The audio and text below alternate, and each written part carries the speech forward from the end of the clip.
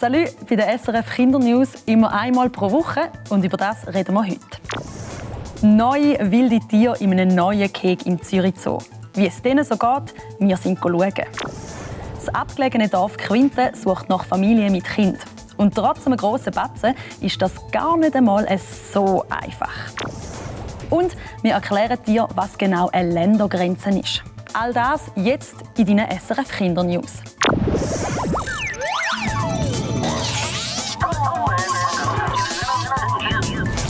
Ganze 12 Wochen war der Zürich Zoo wegen dem Coronavirus zu. Und genau in dieser Zeit ist das grösste Gehege fertig geworden. Eine afrikanische Savanne. Die neuen Tiere haben bis letztes Wochenende noch nie Besucherinnen und Besucher gesehen. Wir sind schauen, ob sie sich die erste Woche vor den Leuten versteckt haben oder ob sie gewundert sind auf uns Menschen. Vom winzigen Nacktmull bis zur riesigen Netzgiraffe oder dem tonnenschweren Breitmaulnashorn. Die Tiere der neuen Lewa-Savanne im Zoo Zürich. Seit einigen Tagen dürfen nun endlich auch Besucherinnen und Besucher das Gehege erkunden. Pascal Marti vom Zoo Zürich ist froh, dass die neue Anlage nun endlich auch für Zuschauer offen ist. Das Wetter war jetzt nicht ideal natürlich, aber die Leute waren absolut begeistert. Und sie freuen sich mit uns auch über die neue Anlage jetzt. Die Anwesenheit von Besucherinnen und Besuchern ist für die Tiere eine neue Erfahrung. Wegen der Corona-Krise hatten sie die Anlage wochenlang ganz für sich alleine.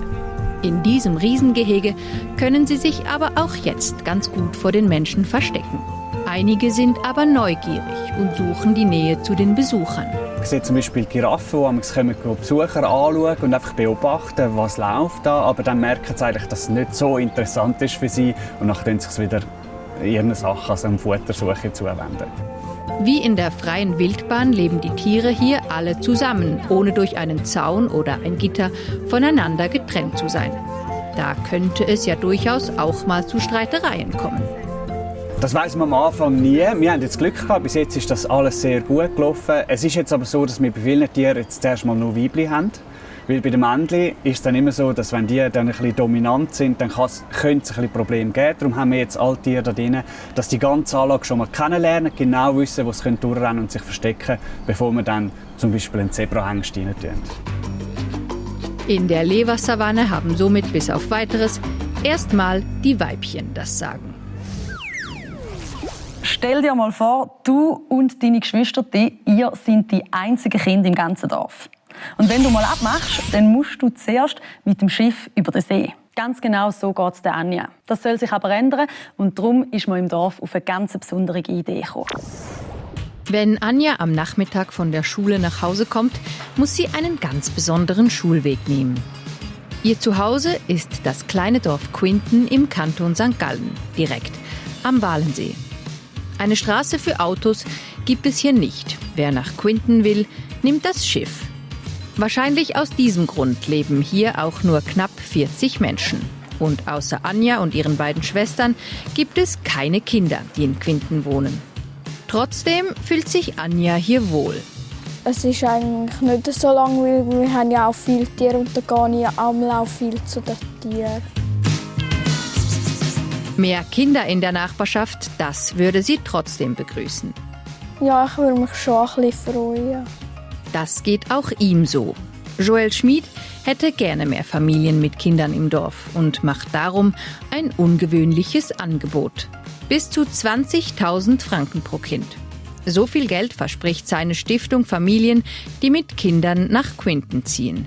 Wir haben auch verschiedenste Interessenten gehabt. Das hat natürlich viele Leute mal angezogen, um mal zu schnuppern, um mal zu schauen, was das ist. Meistens hat es eben aber daran gescheitert, dass halt die Verbindung über den See nicht entsprochen hat oder dass die Dachwohnung, die wir jetzt noch frei haben, für eine grössere Familie zu klein war.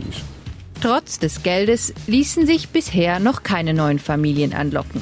Jeden Tag mit dem Boot zur Arbeit oder zur Schule, darauf haben die meisten scheinbar keine Lust.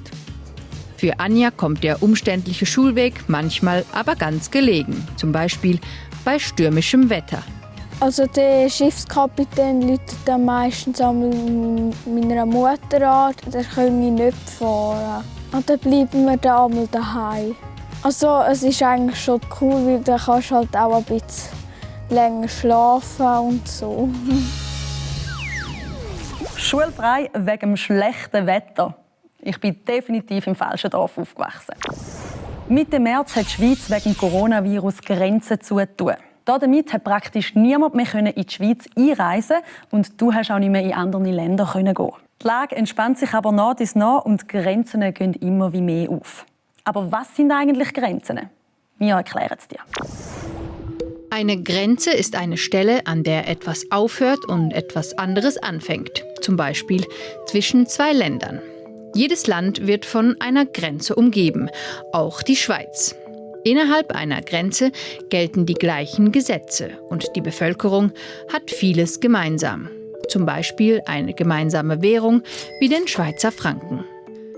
Grenzen verlaufen oft entlang von Gebirgspässen, Seen oder Flüssen. Manchmal verläuft eine Grenze aber auch unauffällig durch eine Wiese oder einen Wald. Diese Abschnitte sind meistens unbewacht und heißen grüne Grenze. Eine Grenze kann aber auch im Meer verlaufen und es gibt sogar ganze Städte und Dörfer, die durch sie geteilt sind. Die Schweiz hat eine 1935 Kilometer lange Grenze zu ihren Nachbarländern.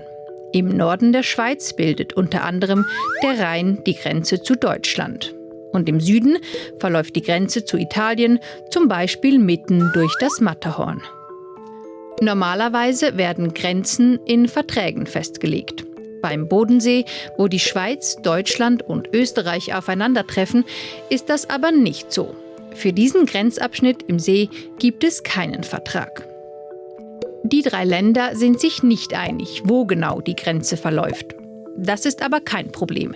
Die Anwohnerinnen und Anwohner des Bodensees leben friedlich zusammen und alle dürfen den See gleichermaßen nutzen. Um andere Grenzen wiederum streiten sich die Menschen. Zum Beispiel in der Stadt Jerusalem. Daher werden diese Grenzen durch das Militär streng bewacht. Grenzen sind nicht natürlich, sondern von Menschen ausgehandelt. Daher ändern sie sich mit der Zeit durch Kriege und andere Ereignisse.